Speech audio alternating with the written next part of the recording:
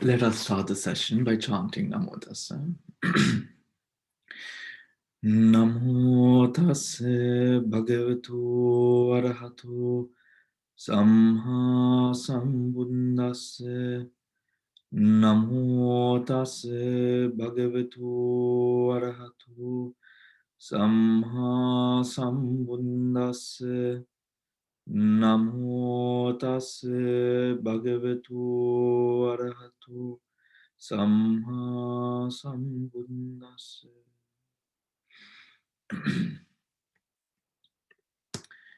All right.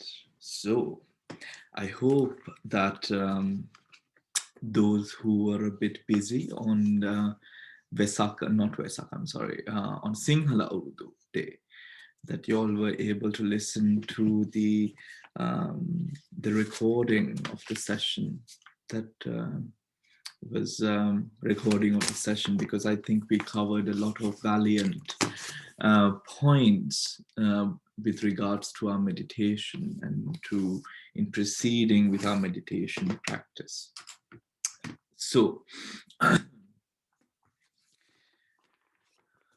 can I have a raise of hands of those who have already who attended the class, or who didn't attend the class but listened to the recording, please, so that I know. Okay. Yes, hey Mali Devika, yes. What about the others? Lakshmi has, yes. Shriyani, were you able to listen to the you were not there as well? No? Okay. Okay. The others? Miri was there, I remember. Lakshman? Sorry, Bhante, I Where couldn't. are the cameras today? Okay, there you go. Okay. Some cameras are coming on. I think today I am a bit early, no? All right. Okay. So I'm guessing that most of you have then been able to listen to the recording, but we will touch on certain aspects. And if you have any questions at the end of the session, we will go through those questions as well. So we have already read through the sutta. We've gone through the first three parts of the sutta, which is to do with samatha pubbhangama vipassana, vipassana pubbhangam samatha, samatha vipassana yuganandana, the three techniques. We've gone through those three techniques already. Now, of course, you might sometimes think, of course, we've heard this before. Of course, we all have heard it or read it before. But I think with the questions and suggestions and everything that came up in last week's talk, we uncovered some unique points which would be positively enforcing on our practice. So we are going on to the fourth section, which is Dhamma Uddacha. Right, Dhamma Uddacha. So before we carry on to Dhamma Uddacha, I would like to ask you a question. From the purview or from the point of view of your own practice, which is, when you're sitting down for Vipassana or Samatha, whatever meditation that you do, what does the word clarity mean to you at the time or moment of meditation? Clarity of mind. What does clarity of mind mean to you? Now, I'm not asking you anything which is philosophical or Buddhist or anything like that.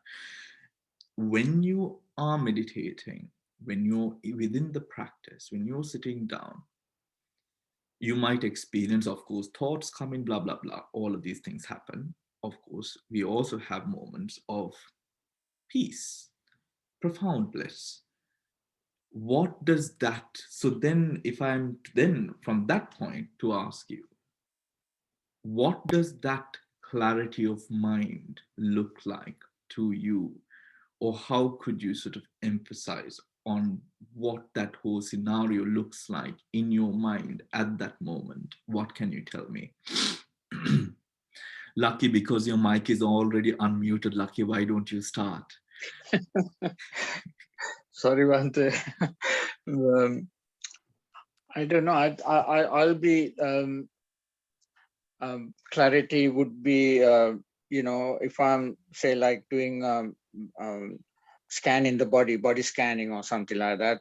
If I can actually get some sensations, then I would think that is what I'm looking for. Okay. Anyone I else? would say, Bante, Sujata, Yes, Sujata. that the mind is completely clear. Okay, the mind is completely clear. Okay. How does that look like, Sujata? I mean, Yes. Actually, you just, when you sit down for meditation, you try to forget everything and put everything aside and keep your mind focused on what you aim to do. Maybe the breathing, the breath, something to that effect, Bante. That's what I understand. Okay. Anyone? Hemamali? Please, I want everyone to give me something, Yes. Yes, Bhante, if I can maintain focusing on my object, if I consider breathing, anapana, then if I can focus and maintain for a long, if I can be with the object. Okay. That's what I mean. Okay. Being with you. Okay. But can I say something? Yes, go ahead. Yeah. What I think for me, what clarity is, when it's just awareness, pure awareness, bare attention.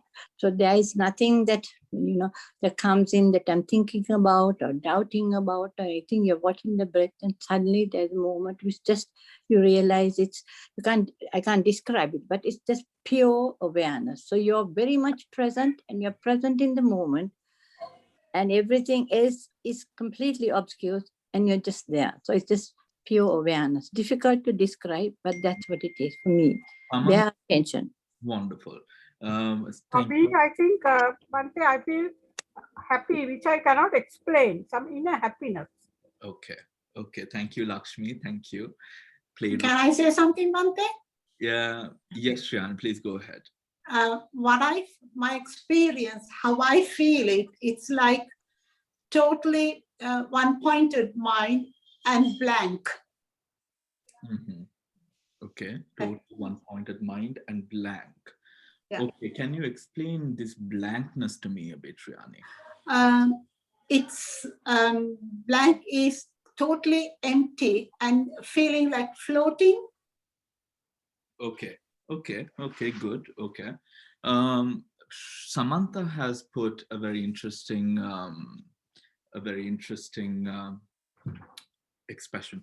Awareness of what is in front of you, sati with clear comprehension, question mark. But I'm more concerned with awareness of what is in front of you. So I'm imagining that Samantha is speaking about whatever which is at that moment. Does that resonate with any one of you? Yes. Bhante, can I say something? Yes, Devika. Yes. So when I sit down to meditate, it's early in the morning. So I call in at 4 a.m. my time. So it's very calm and quiet. And the moment I start meditating, I concentrate on anapanasati. So it's calm and I get into that, it stays there. And my posture, I never move. It stays there until, you come in and say, okay, breathe in and, So it is very, very calm and I enjoy it. So enjoying means, I stay in that moment, concentrating. My concentration is so good. And so I want to say I'm so blessed to have you as the teacher, and then my Out of point, Devi. I'm going to stop you right there. Out of point, but Am I out of point? Okay, I'm trying to say clarity is very clear and good, and I stay still in that posture. I don't move. So, okay. Samantha, you unmuted your mic for a split second. Do you want to say something? No, Bante, I mean, when you asked me that question, yeah, I was just going to say what I was thinking.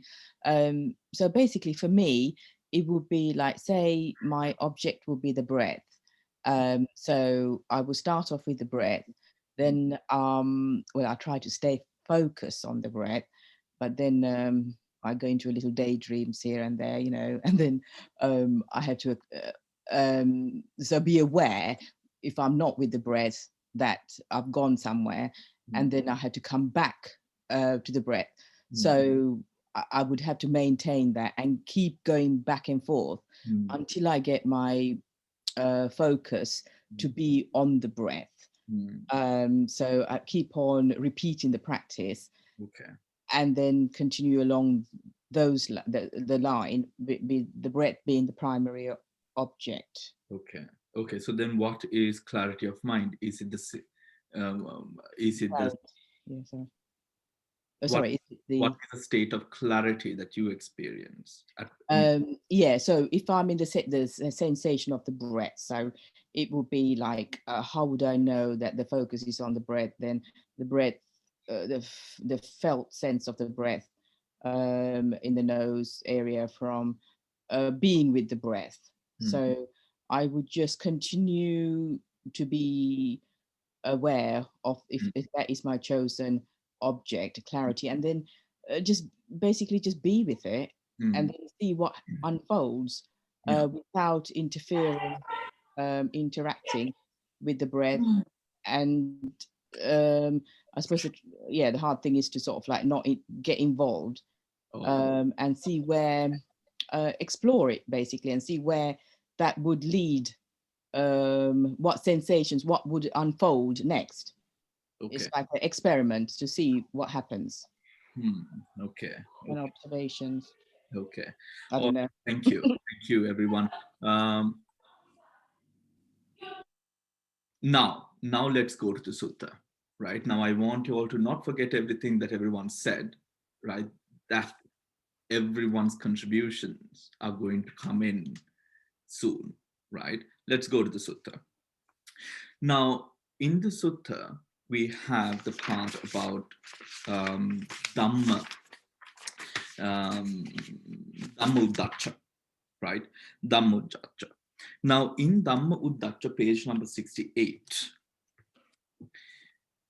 Dhamma-uddacha is a word which we find in a couple of places. Dhamma-uddacha on a sense of non-meditation, or from a perspective of where we do not meditate, or for non-meditate, Dhamma-uddacha can be the restlessness or the vitarka which is created in the mind with regards to the Dhamma, right? For example, let's say, now when we listen to, now we all, I think we've all started learning the Dhamma to a certain extent, or our interests peaked in the Dhamma through listening, isn't it? We listen to the Dhamma. And in that process of listening, when we listen to a sermon, let's say Sinhalese, a typically Sri Lankan Sinhalese cultural sermon, these sermons are built from many sources. It can be from the Mula, which is the Tipitaka, and then the Atua, the Tika, the Tippani, from a lot of varied sources. So sometimes when we often listen to a clarification of Dhamma, we are also left with some other questions, which we then have to do some further reading or further listening to sort of elucidate those other questions that arises. Okay, if this is so, then what about in this regard? What about in this regard? Isn't it? Right? That is also referred to as Dhamma-uddacha. meaning the sense of restlessness which is created in terms of course, the Dhamma that we learn, or the Dhamma that we know. For a meditator, Dhamma Uddacha refers to the 10 hindrances to meditation, or the 10 hindrances to vipassana, right? The 10 hindrances to vipassana. Now, we are going to go into that. However, Dhamma Uddacha is also explained in this way, right? Is also explained in this way, where, for example, when you all meditate, different sort of thoughts arise in mind. When these thoughts arise, because we are in a Dhammic mentality, or, we've listened to a sermon and we've just started our meditation, or we've done our vandana and we've started our meditation, in whatever perspective, we've got into the meditation, or we are doing meditation, practicing meditation, inspired by the Buddha, Dhamma, and the Sangha, right? Now, everything that arises in mind, let's say some sort of anger arises in mind, right? When that anger arises, or even loss, or any sort of thought, really, right? When a thought arises, we tend to, I'm sorry, not tentatively, but we tend to break apart that thought through Dhamma, isn't it? We try to apply Dhamma to that thought, so that we try to sort of appease that fire that arises with that thought, right? So, for example, if it is a thought of anger, we apply a bit of Dhamma, or we apply a bit of metta, right? Loving kindness to that person, or to ourselves, or to the mind, or whatever it is. When the mind sort of drifts away, when the mind is unable to see the breath, we often tend to do things like bring in a bit of metta, bring in that sense of compassion, sort of have this internal dialogue happening in mind through a scope of Dhamma, of course, through a scope of Dhamma. However, that internal discussion, that dialogue is happening, isn't it? That is Dhamma Uddacha, right? That is Dhamma Uddacha. Why is it Dhamma Uddacha, right? Why is it Dhamma Uddacha? Now we are coming to all of your contributions.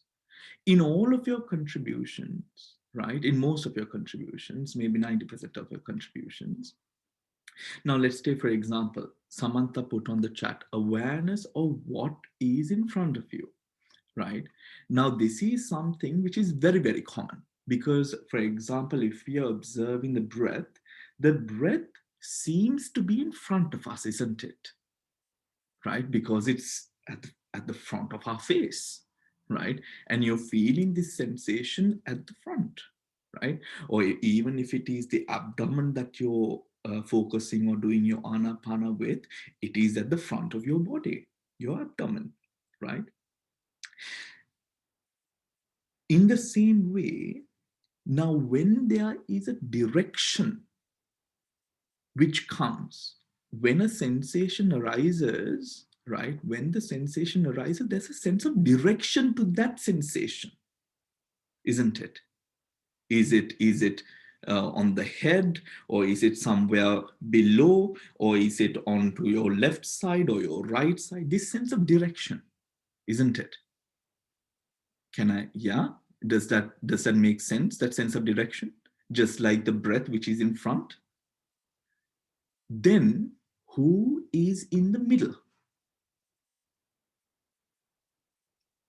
Did you get the point?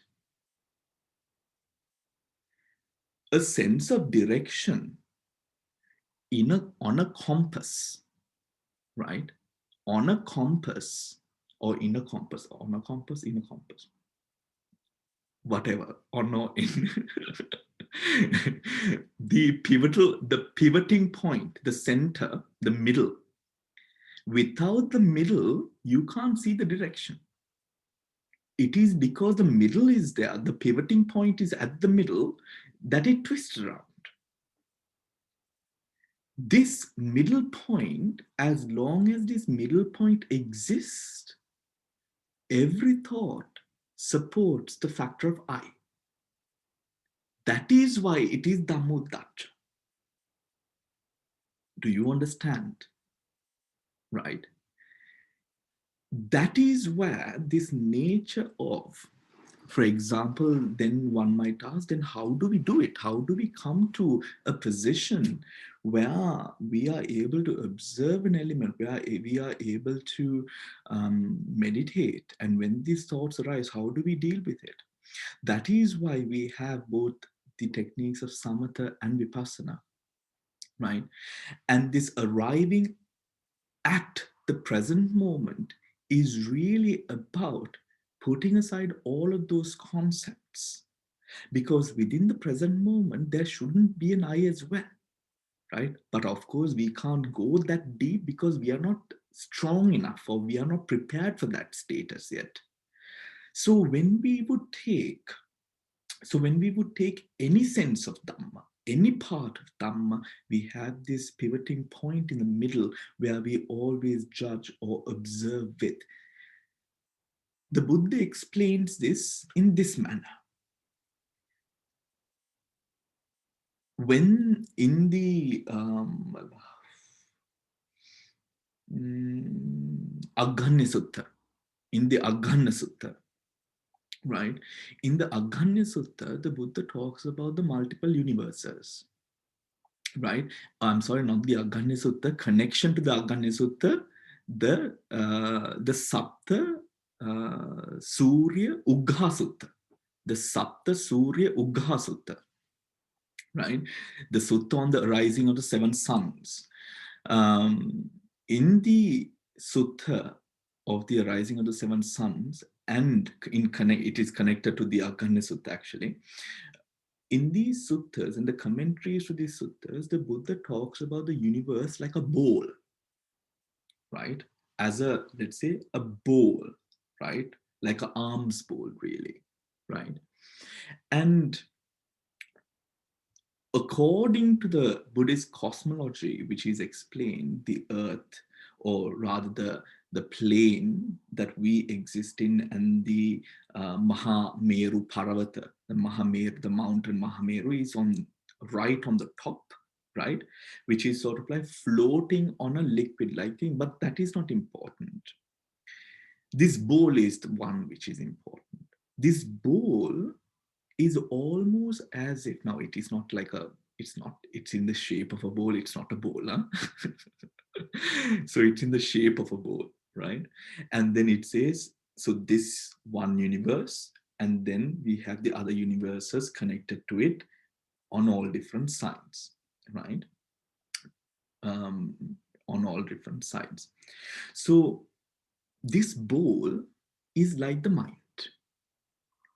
Within the mind, all the different interpretations, perceptions, observations, all creation is within this bowl. When we go into jhana or any other absorption-based experience, there comes a time when we do vipassana on whatever dhyana that we have, and when we practice vipassana aim towards the jhana, we realize the fact that this jhana that we were working with or were very pleased with was actually a mind-created concept, a concept created by mind, right? Again, that bowl structure you see, which holds everything, it is that bowl structure again.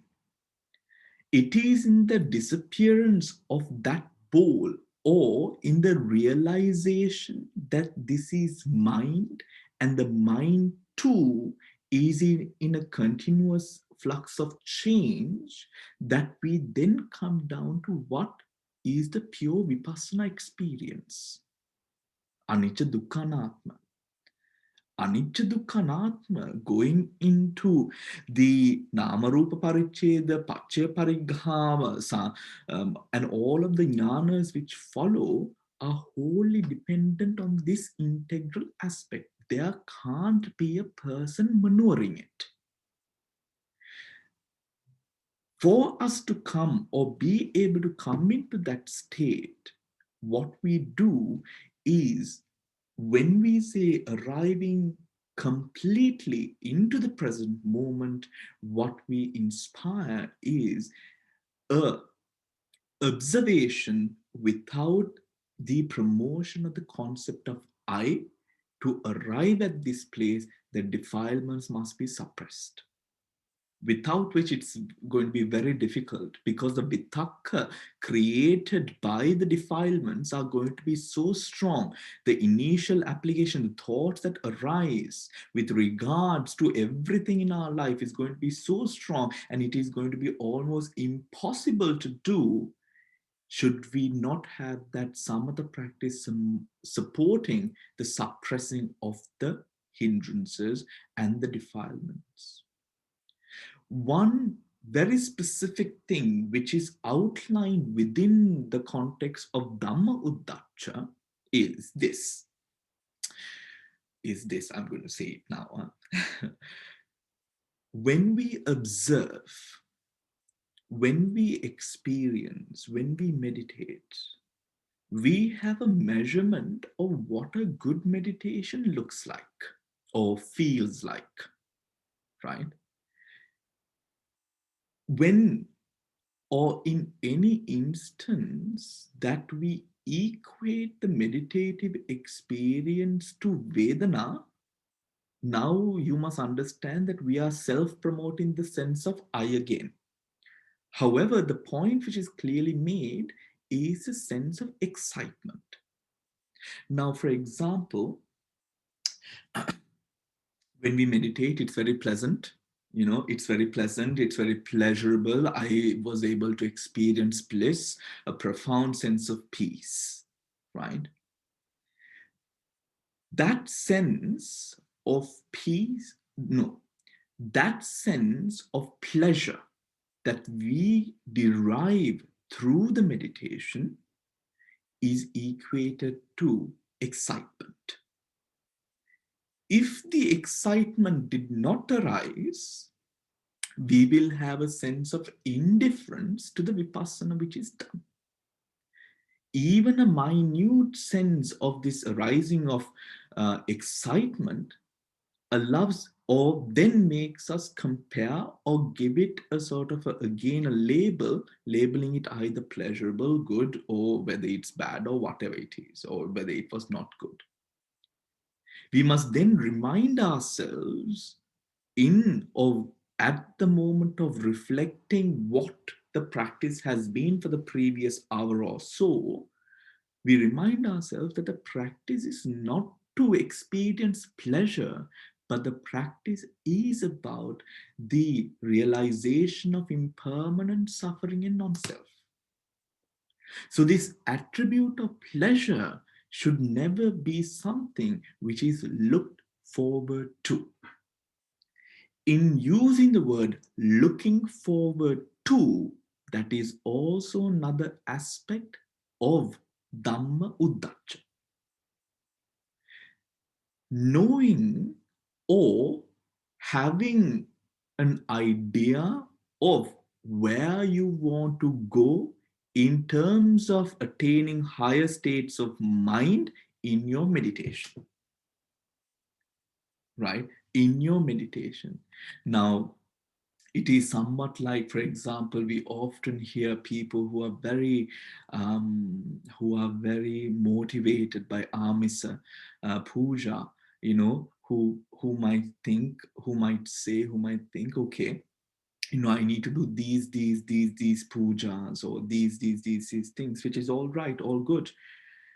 But we apply the same concept to our meditative attainments, meaning if we go through these things, or if we meditate as long as this, or if we are able to stay in meditation for this amount of time, we equate it to something in the future. I hope you understand what I mean. If I am able to meditate for this amount of time, come into the different jnanas which arise, the 16 vipassana jnanas arise in the present, not in the future. In looking forward to the vipassana jnanas, we are again enforcing the I element into the mind. Hence, not being able to really attain the vipassana jnanas.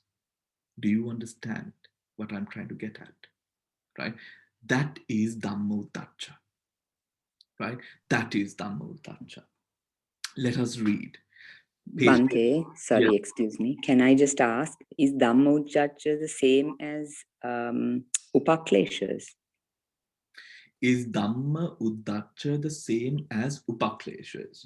So, the Vipassana Klesha, right, the 10 hindrances, or the Vipassana Klesha which is outlined, yes, is a part of, or we can't say Klesha Miri, because if we say it must be the Vipassana Klesha. I mean, I thought it meant Upaklesha. Upaklesha, they say, isn't it? They talk about the 10 Upakleshas. Yes, yes. Like light and Preeti and, Pasaddi and all of that. So is it the same thing or is it something different? Shall we come to that? Shall we come to that, Miri? Yeah, sure. Yeah, we'll come to that one. Okay, let's read. Page number 68, right? A mind seized by mental restlessness, right? Significance of Dhammodacha, meaning of Dhammodacha. So this is 5.1, right? The description of the fourth meditation mode, the combined practice of calm and insight, includes an interesting term, Dhammodacha. Dharma restlessness, it's Dhammodacha. Dhamma restlessness. Its context is that of a mind seized by Dhamma restlessness, right? Seized by Dhamma restlessness. The meditator's mind is here distracted by excitement in terms of mental states, right? That is what we just concluded. Talk about excitement. When the mind settles down, becomes steady, unified and concentrated, the path of sainthood arises, right? The path of sainthood arises. Now, if you remember the stories of Kisa Gotami, the lady who lost her, Kisa Gotami, wasn't it? Kisa Gotami, Angulimala, so many other stories of where these people were absolutely traumatized by the experiences that they were going through, right? Now, if you remember, Angulimala, he was with anger, he was trying to sort of hurt the Buddha, but using the miraculous powers, the Buddha confused him and he was in a state of fear. And then the Buddha said something when he shouted out at the Buddha and said, "Stop." The Buddha said, "I have already stopped. It is you who hasn't stopped." Creating that sense of thought or calm in the aspect of pointing towards a certain aggregate. Right? Same with Kisa Gotami. She came distorted by the fact of losing her loved ones, her whole family. And then by the fact of the Buddha sending her to all of these different houses, right? She calmed down to the fact of realizing, oh, of course she knew it. Of course, people have seen death around us, but when it happened to me, when it happened to this Kisa Gotami, she couldn't believe the fact that, this happened. Calming the senses and then giving the Dhamma, right? And then feeding the Dhamma to these people. Now, let's go ahead. How Dhammodacha arises gives us a very good idea of the levels of defilements hindering our spiritual progress as follows. the gross defilements, which is the kaya, vachi, and mano avinaya, which is a misconduct, right?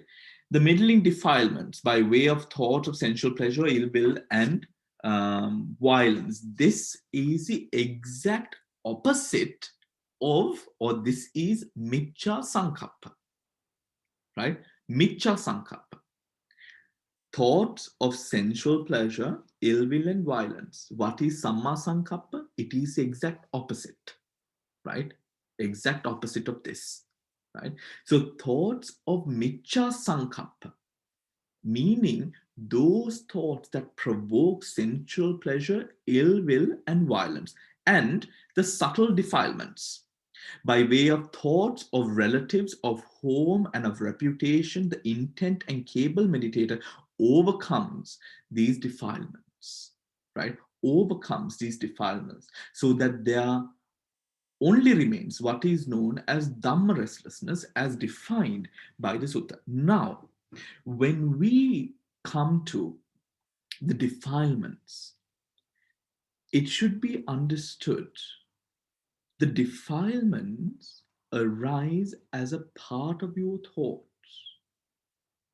Here, getting rid of your defilements is not in getting rid of the thoughts, but rather in those that facilitate those thoughts, right?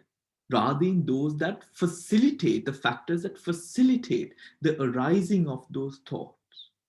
Now, in that, samatha comes in. Samatha becomes a forerunner there, because that is where those hindrances are well suppressed to a state where it doesn't make a hush at the point of practicing vipassana. Or else we are in this sort of series of proving to ourselves, or trying to sort of quiet the mind, isn't it? When our concentration is not quite strong, we are trying to practice vipassana, we are trying to see all these integral parts of impermanent suffering and non-self. However, because the mind is not quiet, we are unable to do so. This is where the samatha comes in. So the defilement is really because I feel like when we attempt to practice, we have a very impractical approach to handling the defilements. For example, something that we know is, let's say, tanha, right? Tanha. We take this tanha, the defilement of craving, we hold in a deep sense of importance in getting rid. We forget of the fact, of course, that the fact that tanha, or something as tanha, is got rid of at the last stage of enlightenment, right? We have to arrive at a practical balance with regards to the defilements, where we understand that where we understand the practice, we understand the approach, and we understand the defilement at that level, and whether that defilement can be removed right at that state or not. And the fact of the matter is, you're not going to be able to remove off tanha right now, right? It is very much at a higher state of mind that our minds will be that much powerful, that much subtle, to be able to get rid of those, or that defilement, right? Our aim at this moment is not to get rid of the defilements. Our aim at this moment, or our understanding of the defilement, should reflect on the fact that what we are now attempting to do at this point of time is to stop the facilitation and the support that we give the defilements, not getting rid of the defilement. Do you understand what I mean? Right?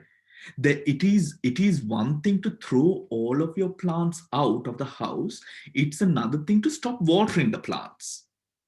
At this point, we are not attempting to throw the plants out. We are not watering those plants anymore, right? We are not watering those plants because you can't throw them out. It's not your house. It really isn't, because it's being controlled by other elements, isn't it? Right? We can't throw it out. So what we attempt to do is stop supporting it. And that first attempt to stop that support, or that automated support that we relay to these defilements, is in the concept of arriving in the present. Right? Arriving in the present, not me arriving in the present, just arriving in the present. Right? How? Different parts of it will come now, right?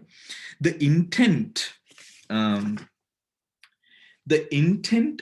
capable meditator overcomes these defilements so that there only remains what is known as Dhamma restlessness, defined by the Sutta as follows. Thereafter, only Dhamma thoughts remain. This is actually mentioned in the Patipadā Magga. And that concentration is not yet peaceful and sublime. It has neither won full tranquility nor come to mental unification. What is mental unification? Mental unification is now when you're experiencing something in your mind, during your meditation,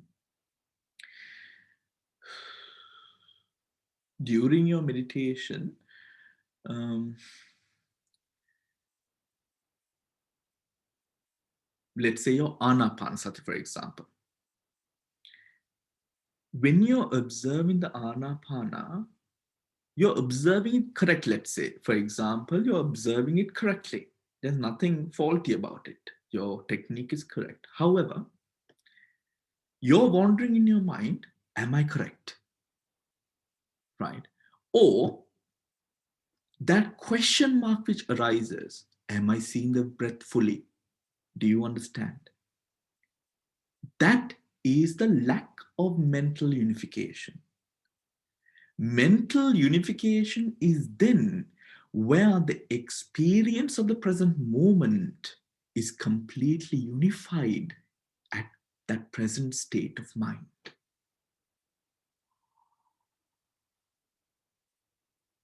Do I need to explain it a little bit more? Is it clear? Yeah. Ante, could you please repeat the last sentence? Yes, of course. Anyone else? Or was it? Yes, Ante, please. Okay. So mental unification is, or that which is not mental unification is when you question or sense of vitarka or restlessness arises in the mind pertaining to that object which is being observed. Example, you are observing anapana, the breath, and then you wonder, what next? What am I supposed to do now? Right? So if it's me on the other side doing the guided meditation, Bhante has been quite silent, you know.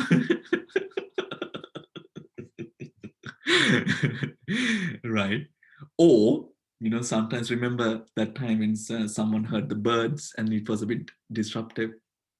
All of those aspects are clear indications of lack of mental unification, where the unification of the object with the present moment mind has not happened. The present moment mind and the object which is observed, it must be unified.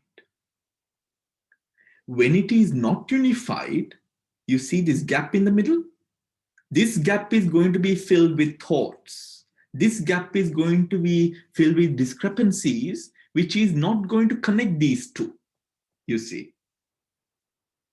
That is or when it is connected, that is Dhamma or mental unification. Yes, Shriyani. Bhante, then when you are moving from samatha to vipassana, that time what is happening? At the moment of moving or changing the technique from samatha to vipassana, or even actually between, let's say, anapana to metta bhavana also, isn't it? You know, when you're changing the object, that change of object or that change is going to have some sort of vitarka. You can't do it without vitarka, right? You can't do it without vitarka, because the mind needs to be there, because we are going from samatha, which is being, into this realization or attempt of realizing anicca dukkha anatma. There's always going to be a certain amount of change within that process, right? However, when the concentration has been achieved, the right concentration has been achieved just by the mere attempt of now going deeper into sort of all that process of change. Now, actually, we discussed this last time, Shriyani, where how we change it, because that how do we change it also is important to answer this question, right? That change happens through, again, an insight which is derived by the power of the level of concentration we have. Now, to those of you who have listened to the recording or was in the class, this is what we spoke about with regards to going to observing the jhana factors or the hindrances behind the jhana factors. That happens by way or by the power of the concentration we have. If we are unable to go into those roots, that is a clear sign that our concentration has not developed enough, right? Has not developed enough. So that transition, Shriyani, happens. So if you have not listened to the recording, listen to the recording. If you have a question, you can ask it on Saturday or Sunday, Shriyani, right? Because we went through this in detail, and I think that's a very important part that we did go through. Yes, Dil. Bhante, now you are saying vitarka. Is vitarka different to vitakka, which is initial application? Is Sinhala. So it's the same thing, then vitarka is Pali and vitakka is Sinhala. Is that what it is? Now I'm a big Sinhala fellow, no? So I was wondering why you were saying vitarka when it had been vitakka all the time. Thank you, Bhante. Sorry for my ignorance. Thank you. All right. Sorry, Bhante. Sorry. Can you just explain what that vitakka is? Sorry. Vitakka is initial application, Samantha. Okay. That's all that means, is it? Nothing else. Oh, I don't know. Some people keep saying vitakka, and then it keeps in a different meaning. I don't know. No. So vitakka, we've in what we are going through with the Abhidhamma as well. Oh, we can explain it in this way. With regards to the meditation, if you're speaking of vitarka or vitakka with regards to the meditation refers to any sort of thoughts that arise during the process of during the process of meditation, right? Within the process of meditation. So when you close your eyes and if you're having whatever thoughts, let's say thoughts about the Dhamma, thoughts about anything, those are all vitakka, right? In the Abhidhamma technique, or through the scope of Abhidhamma, what we mean by vitarka are integral aspects of the consciousness, no, the mental factors, where there is an application of mind towards a certain object that is of that moment. Yes. Right? In meditation, when we say vitakka in meditation basically refers to the thoughts that arise during the meditation. Ah, yes. Then one might ask, is Samma Sankappa and Miccha Sankappa both vitakka? Yes, it is. Any sort of sankhara is vitakka. Okay? Yeah, Any, thank you. any form of thought. Because why? We know why. Because mental unification has not happened. The gap is there. So there is no unification between the mind and the object because this gap. So there is vitakka between. Oh, yes. Right? There's vitakka between. Is that clear, Samantha? Yes. And when you have the initial, when you have the unification, that means that's initial application. Oh, I'll mute my mic then. Sorry. What did you say, Samantha? Repeat that so again. when Bhante said that when there is unification with the object, then according to the Abhidhamma, that refers to the initial application or the sustained application. Yes and no. Oh, Initially, it can be initial application, sustained application, but as we progress, what happens is there is no initial application and sustained application, right? Yeah. As we progress. But that is within the jhanas as well, right? Actually, that's a very pertinent question and quite a deep question as well, actually. Okay, how do I explain this? I think it's better not to explain this actually. Okay, just for now, Samantha, in the meditation, it's thoughts. Yes, in the Abhidhamma, if there's a thought that arises or any sort of object arises, there is vitakka in the mind that arises. Okay, for now, just know that, right? Because in the Vipassana path, vitakka can arise even after the arising of samadhi or pure concentration, right? That can arise, but it arises with a different amount, or not different amount. It arises with different foundations, which are not based on the I factor, right? Because remember, when we did the Sampayoga Sangha methods, my apologies to those of you who do not attend the Abhidhamma class. When we did the Sampayoga and Sangha methods, if you remember, Vitakka Vichara arose in those enlightening chittas as well, right? The Vitakka Vichara arising there and the Vitakka Vichara as a jhana factor is clearly two things, two operations, right? That should be clearly noted, right? We can talk about it at the Abhidhamma class, that section, right? So, moving on. Can I move on, Samantha? Yes, thank you. Thank you, Bhante. Shriyani, you want to say something again? No, Bhante. No, Bhante. No. Padma? Can you please explain what the subtle defilements are? I mean, the other two, I can get an understanding. The third one. Yes. So subtle defilements are the connection that we make. Now, the attachments that we have, these can be either, it can be equanimous, it can be pleasurable or painful, regardless, right? These subtle defilements are connections that we have created within our life, right? Now, for example, now let's think about the thought of the mother, of your mother, Padma, my mother, and everyone's mother.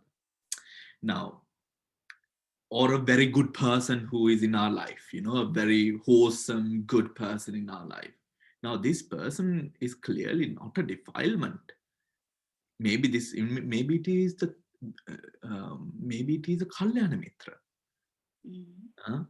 Maybe it is a Kalyana Mitra. Now, this person is clearly not a defilement in your life. However, at that moment in meditation, when this person is coming to mind, remember the story of when the Buddha's cousin, was it the Buddha's cousin, who was staring at the Buddha's beauty, and it was the Buddha's cousin, wasn't it?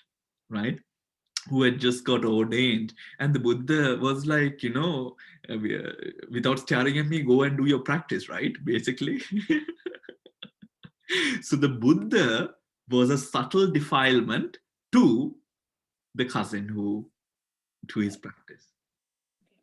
All right, thank you. Yeah, meaning now this should be this should be, yes, I mean, it is clear that is what it is. Where these people who come into our minds are not, bad thing. For example, let's say the house needs to be cleaned. When you're sitting in your meditation, you are reminded of the fact that the house needs to be cleaned. You have visitors tomorrow, right? That is not, it's not a bad thing, but it is a interruption, a distraction to what is being done now, right? Himali, you wanted to say something? Yes? Is that clear, Padma? Yeah. Okay. Bande, I want to clarify now. When you are in meditation, if you are with the object at that moment, Sure. What's your advice, Bante? What's your, if you are with the object, you and the object and you are same, like thing yes. happens? It depends on what the experience is, right? Because depending upon the experience, now for example, this kind of an experience would lead way to feelings such as this: the breath disappears, but you're in a state of peace, serenity, calm, right? But that motion can be a distraction. That motion can be because of samadhi as well. It can be because of the unification, because of a distraction as well. The distraction being the overwhelming power of the pleasure aspect, right? So, Hemal, it's difficult to tell you something like that.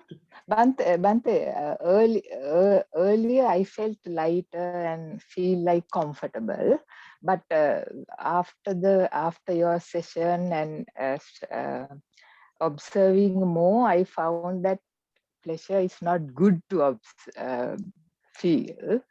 Then at like last session you said to be with the present moment, so I practice that, and then sometimes, only at times, I get something same as the breath or something like that, only for a little while. Is it good to be there?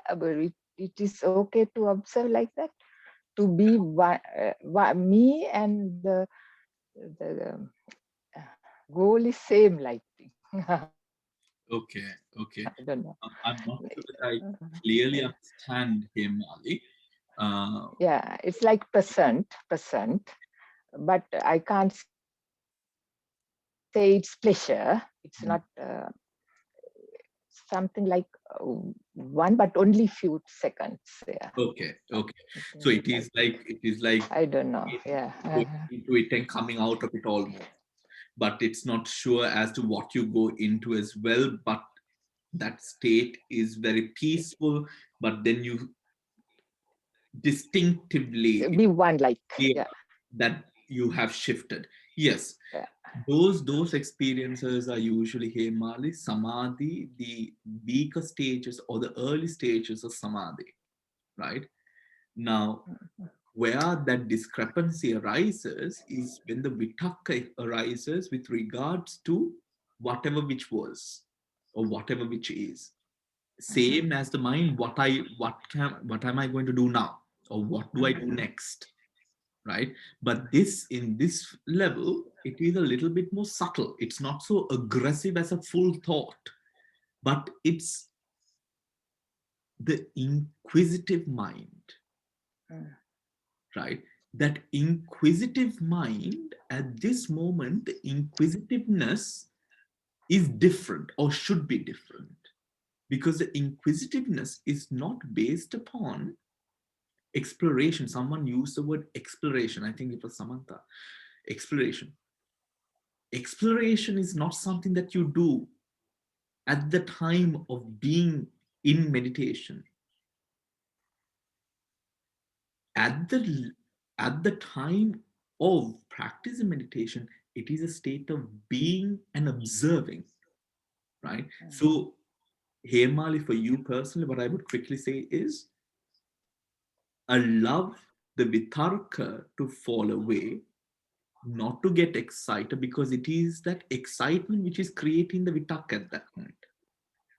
Reduce the excitement, and then you will see the samadhi will prolong, right? You might imagine, I don't think I'm getting excited, but there is a subtle sense of it. It's not subtle, actually, it becomes even more subtle in the future, but it is there because that excitement awakens you.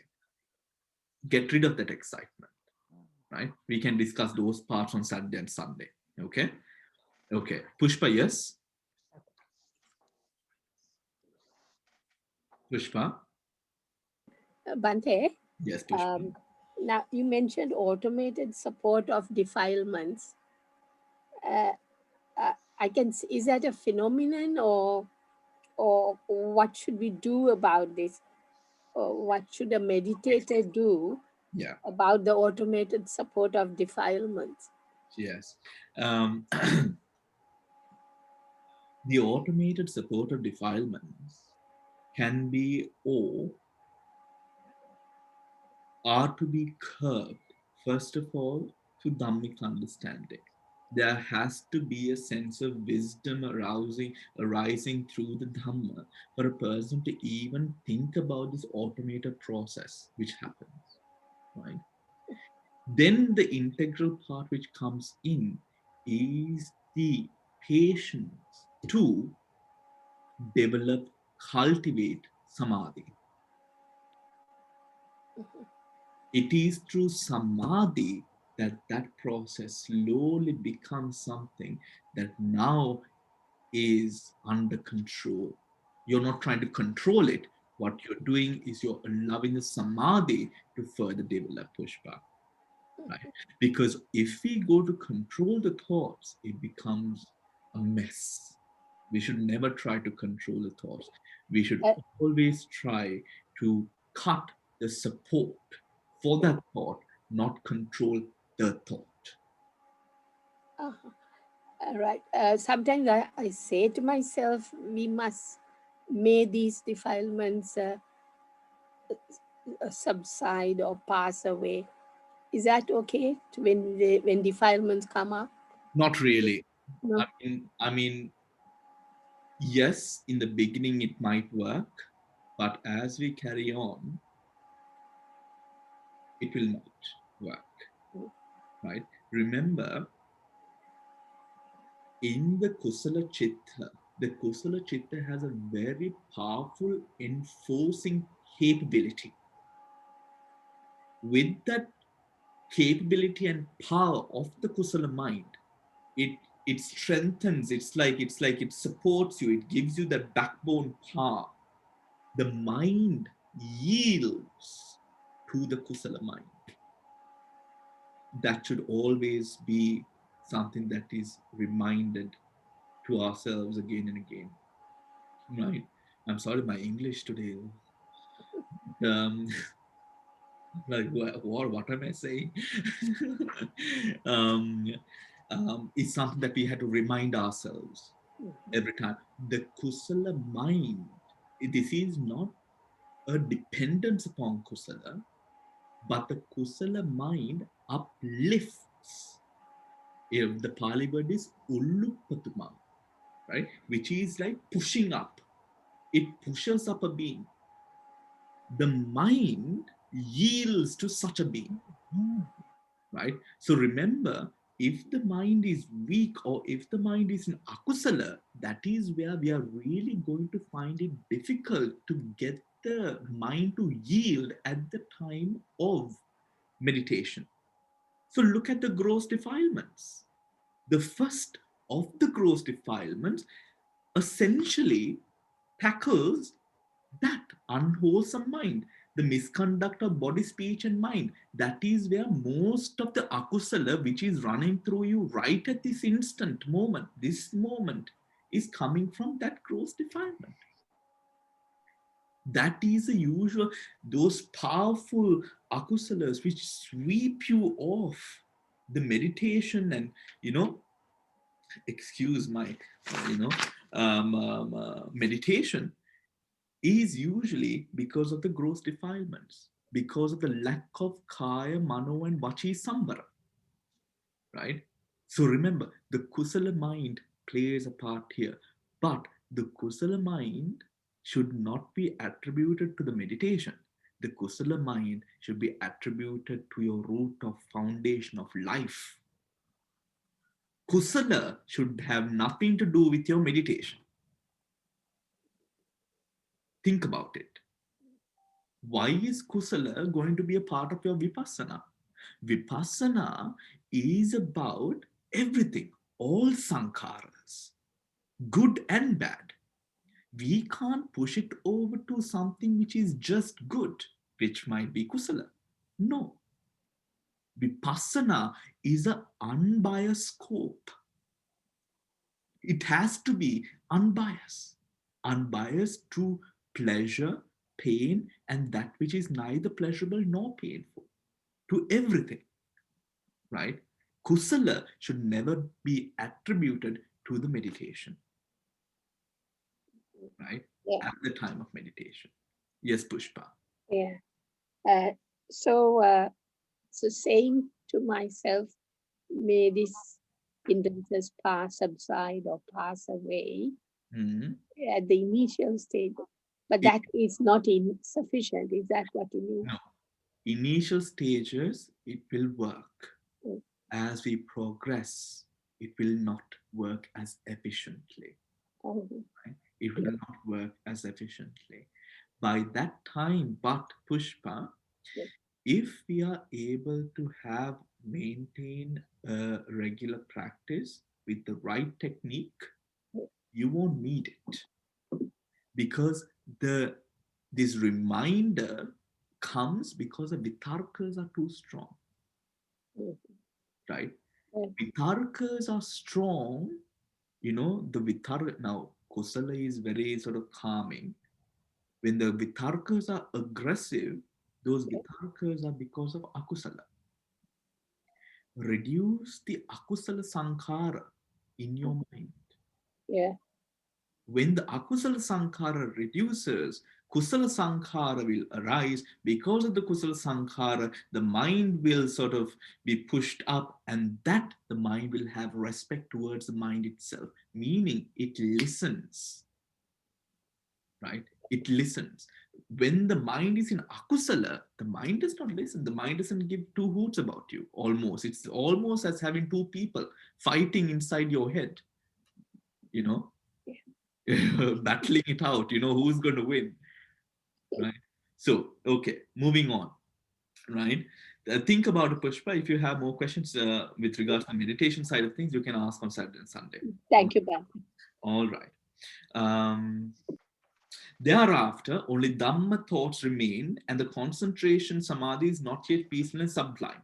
It has neither won full tranquility nor come to full mental unification. It is maintained by suppressing the defilements through strenuous effort. Now, effort, strenuous effort. Remember Samma Sankap, Samma Virya. There are 4 points to Samma Virya. right? There are 4 points of Sammavirya. We remember the points, yeah? Which is not giving way to the arising of akusala, which has not been there. Working or putting in the effort to get rid of the akusala, which is there. Cultivating kusala, which has not been there, or which is cultivating new kusalas, and developing on the kusalas which are there, right? Excuse me for my trash English, right? So so those 4, right? Now when we talk about effort, these effort, now you see effort coming in with kusala and akusala with regard to the meditation there. Effort can also be, what is the abhikappa, atappa,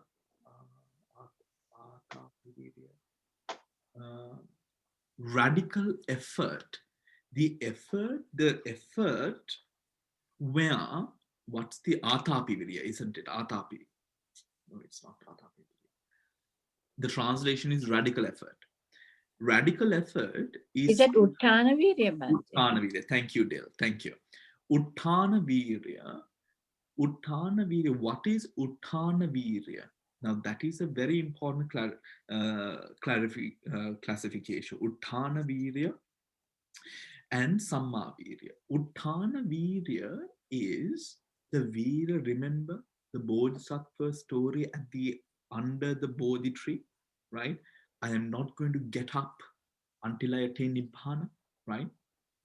So, you know, I know that you guys have to get up, you have to cook and clean the house. You have to go to work. If you do that, your husband and your wife are going to call the mental hospital. She has lost her nuts, right? No. Here, Utthana Virya with regards to the present moment, which is now, when you know you're going to be meditating for a certain amount of time, arriving at the present moment so completely, right?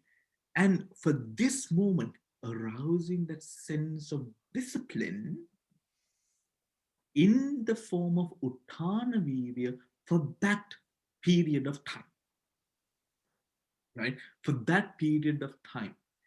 That can only be done with a kusala mind.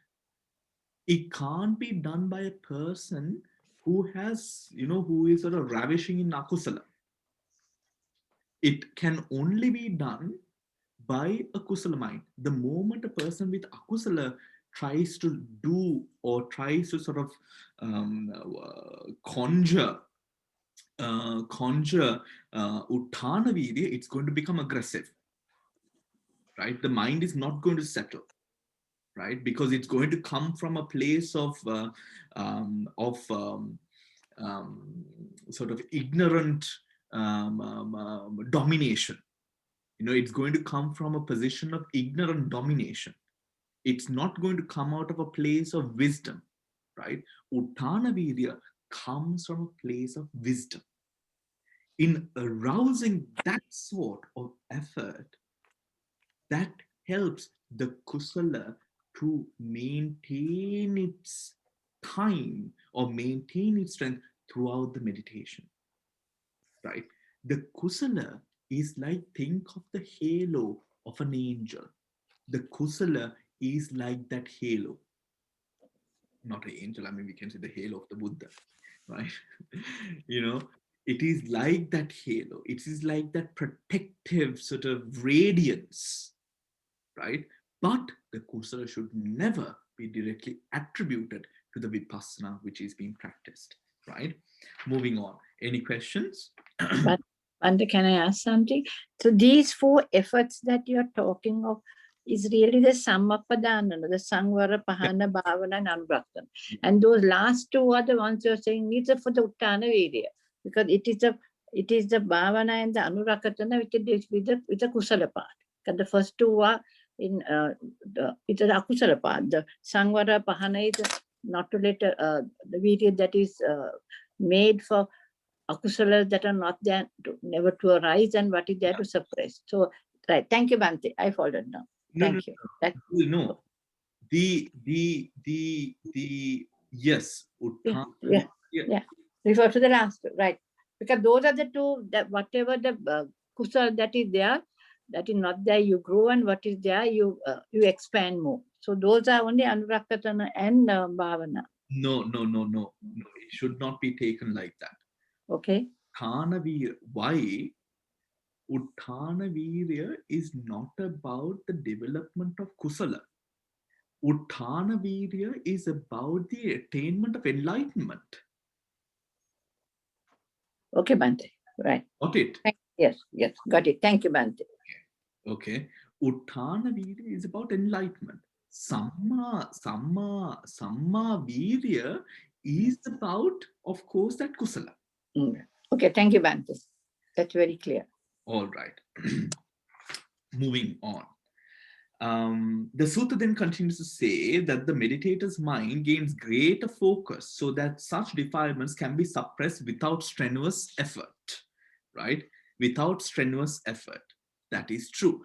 As we progress, we do not need all that effort. It comes in with as we enter into the meditation, it comes in as default, right? We don't have to go through all of this again. You just have to sit down and you're in it, right? Then when the mind directs his mind, when he directs his mind towards the attaining of any mental state attainable through direct knowledge, he gains the ability to witness any aspect therein whenever the conditions are right. This is what we mentioned last time and the week before, or whenever we did the class, regarding going down to the jhana factors or the defilements of the mental state, or defilements of the mental states that have arisen, or the defilements that obstruct higher mental states. Right? Whatever defilements which are there at that moment connected to whichever concept or whichever mental state, like the jhanas, the nimittas, and all of these things, that is what it is talking about. Then, when he directs his mind towards the attaining of any mental state attainable through direct knowledge, he gains the ability to witness, not judge, witness. Witness is a very important part, because remember, you're not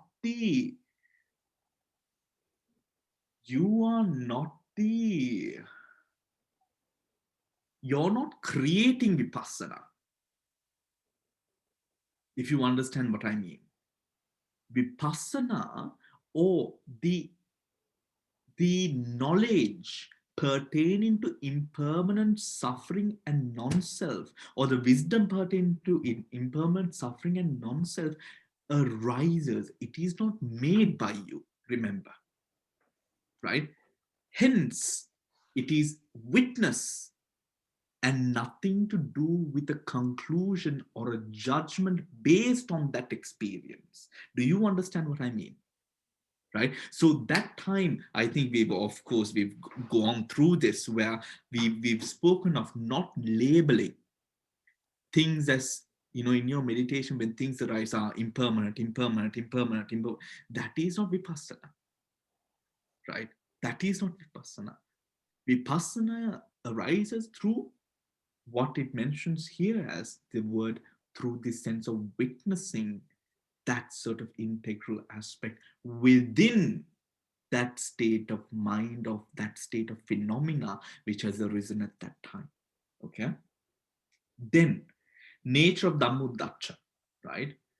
I as an impurity. Now, Mihiri, we are coming to your question.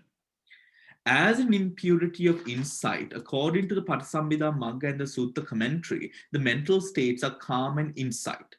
And the excitement is one of the 10 impurities of insight. Miri, upaklesha and vipassana upaklesha are two different things, right? Of course, it is the same components. However, if we say, what were we trying to say earlier? Dhamma uddacha. If we say, is Dhamma uddacha an upaklesha, then there is a bit of a, but if it is vipassana upaklesha, yes, Dhamma uddacha is a hindrance and a part of vipassana upaklesha. Right? Thank you, Bhante. Thank you. Because think of it in this way.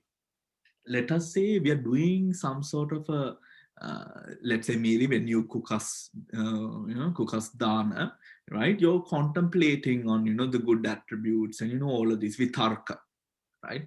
Now for that, it's a good thing. You're increasing the kusala as you're sort of reminding and doing this sort of anusati.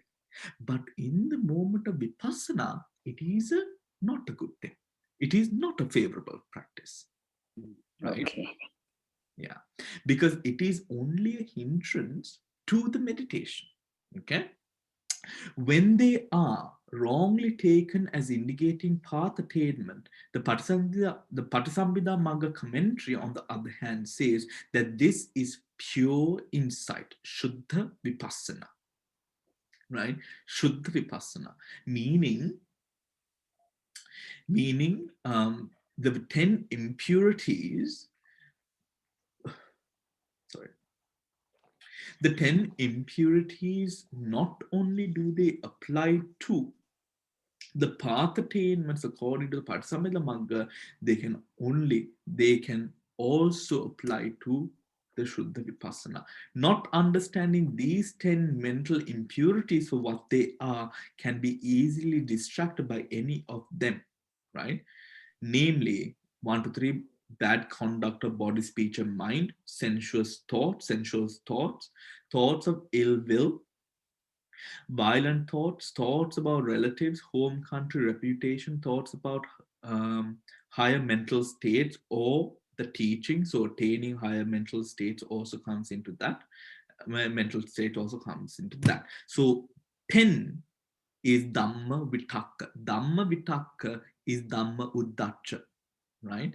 Dhamma Vitakka is Dhamma Uddacha. However, Dhamma Uddacha is also, when we talk about Vipassana Upaklesha, Dhamma Uddacha comprises of all the 10 as well. Do you understand? Right? Because remember, when we are practicing the meditation, and when sensuous thoughts are coming, and at this state, we are most probably going to connect it into Dhamma and to try to get rid of it. But that thought itself is a klesha there, right? Is a klesha there. Now, modern views. The scholar monk Bodhi, Bhikkhu Bodhi, disagreeing with the commentarial explanation, suggests a simpler alternative for the meaning of Dhamma Uddacha, that it seems more natural to understand it simply as obsessive reflections about Dhamma. And further notes, it is plausible, however, that the agitation caused by higher states of mind is mental distress brought on by eagerness to realize the Dhamma. By eagerness to realize the Dhamma. A state of spiritual anxiety that sometimes can be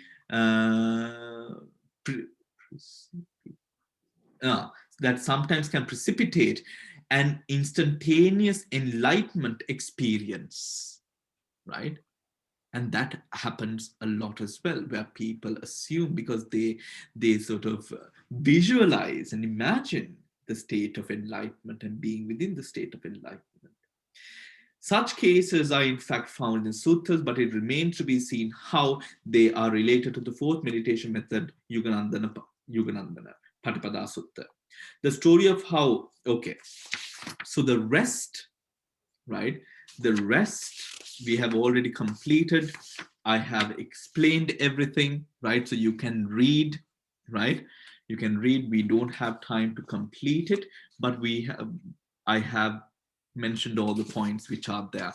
And with regards to the page number 71, the purpose of jhana, we went over that in detail at the 2 previous classes. So in summary, it should be understood, right? It should be understood with regard to Dhamma Uddhacha, that learning to arrive in the present, putting aside all concepts, all thoughts, is an important part that supports our development of Vipassana. And in the context of the 3 techniques which have been spoken of in the sutta earlier, the Samatha Pubbhangama Vipassana, the Vipassana Pubbhangama Samatha, and the Yuganandana technique, the twin technique of Samatha and Vipassana, it is important to realize that Samatha and Vipassana have a strong connection which supports one another, especially Samatha supporting Vipassana because of the fact of the hindrances being so gross in our mind, right? The hindrances being so loud, and these thoughts becoming distractions that we refer to as defilements, right? Distractions that we refer to as defilements, right? But with our further study and exploration, it is important to understand a practical approach to suppressing and getting rid of these defilements, because sometimes the practicality comes into question, and in that question sometimes we try to aim for things that cannot be done right now, and when it cannot be done, we tend to be quite saddened by the fact that we can't do it, right? For example, let's say, the tanha or the anger, which are, quite big hindrances that we have, quite weighty hindrances that we have, but are surely not hindrances that we are not going to be able to get rid of at the first stage of Sotapannahood, right? So it is important to understand, and we are going to sort of explore those different aspects later on with different sutras, and of course with the Abhidhamma as well, right? So any questions? Sorry, one question, Bhante. Is Samma Virya and Satara Sampradana Virya the same?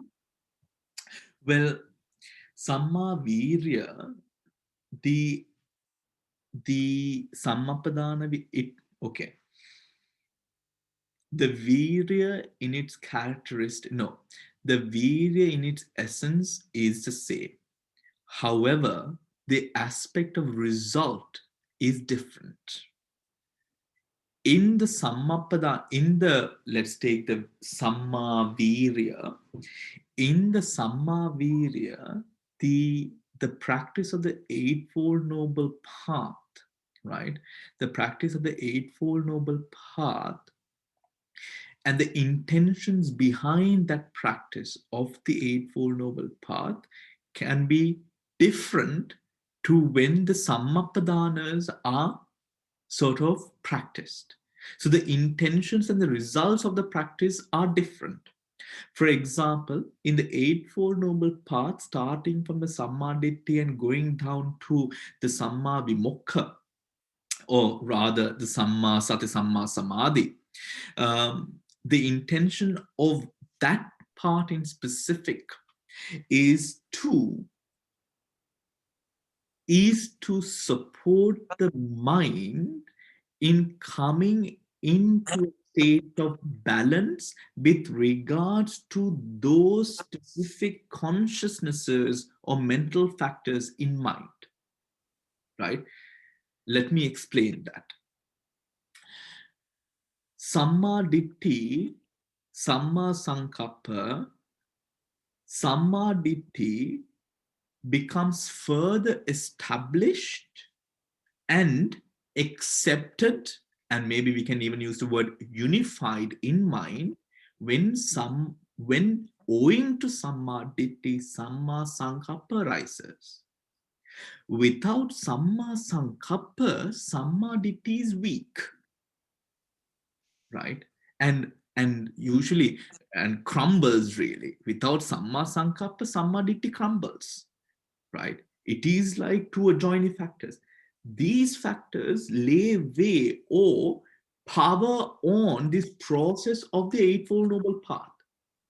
These Eightfold Noble Path, the Eightfold Noble Path are consciousnesses or states of mind. I'm sorry, not consciousness, states of mind, mental factors, right? These mental factors, when they are able to sustain this level, owing or that could, I'm sorry.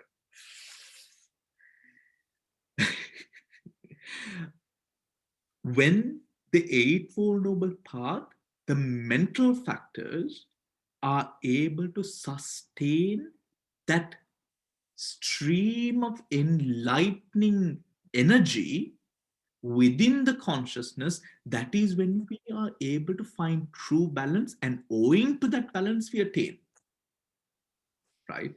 Owing to that balance we attain. So when now most most of these sort of factors arise in our mind every day, but the thing is, these factors, these mental factors, are not in the position that it can bring about enlightenment,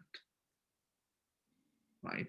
Through practice, we bring it up. So for example, we start with Samma Ditti, we power the Samma Ditti through the Samma Sankappa, right? And because the Samma Sankappa, everything else is, for example, the Virya, the Sila, all those aspects are bounded together. They support one another. If one falls apart, right, everything falls apart. The reason that you meditate is because of Samma Ditti and Samma Sankappa, right? So the Sammapadanas, however, refer to a different area of practice, right? Refers to a different area of practice. While the Eightfold Noble Path focuses on the factors of enlightenment leading to, of course, enlightenment, the Sammapadanas speak about the state of mind with regards to the comprehension and working of the enlightenment factors. It's two different things. So we will have to go into it in a little bit more detail to really comprehend what the true difference between it might be. But it's two different processes, Mary. So we do not equate Sammapadana to the Samma Virya. Okay, okay. Yeah. Gosh, okay. Okay, thank you, Bhante. Right. We'll have to go, because the thing is, when like for example, when you said upaklesha, and then when you say vipassana upaklesha, yes, it's the same 10 factors. However, we can't, there's a clear disparity between vipassana upaklesha and upaklesha, right? It is like that. We have to I see, okay. what the Okay. result of that specific factor is, right? Okay. So we'll Okay. go into it with another sutta, Sammapadana Sutta. I have one in mind. Yeah. And we'll talk about this more. Okay. Thank you. All right. Bhante, I want to just ask one thing, but following Mihiri's question. So the Sammapadana is only Sabba Papa Sakaranam Kusala Sapa Sampada Satiparidapanang Etam Dhanasasana. Correct? That is the Sammapadana, which is those four things. Of course, that can be summarized as a Sammapadana, but we can go deep into clear comprehension, right? I mean, that encompasses all of the comprehensions, right? However, we can, go into it more as well, So at this class, of course, we can say, if we are touching on it, we can say, yes, we can repeat the verse. However, but that is different to Samma Vayama or Samma Virya for the Noble Eightfold Path. That's what you're saying today. They are different in a way, but you're going to do it in detail, correct? What I am saying is the results or what we gain out of that specific practice conducive to enlightenment is different. Different, yeah. Samavaya. Yes. Right. Thank you, ma'am. Anyone else? Questions? It's 5. All right. So if there are no other questions, it's 8:35. So thank you very much. Listen to the recording. This recording will be up tonight. I hope it was enlightening session, and I will see you all over the weekend. Okay, so take care and have a brilliant rest of the week. Take care, Terasana. Thank you, Bhante. Thank you. Bhante.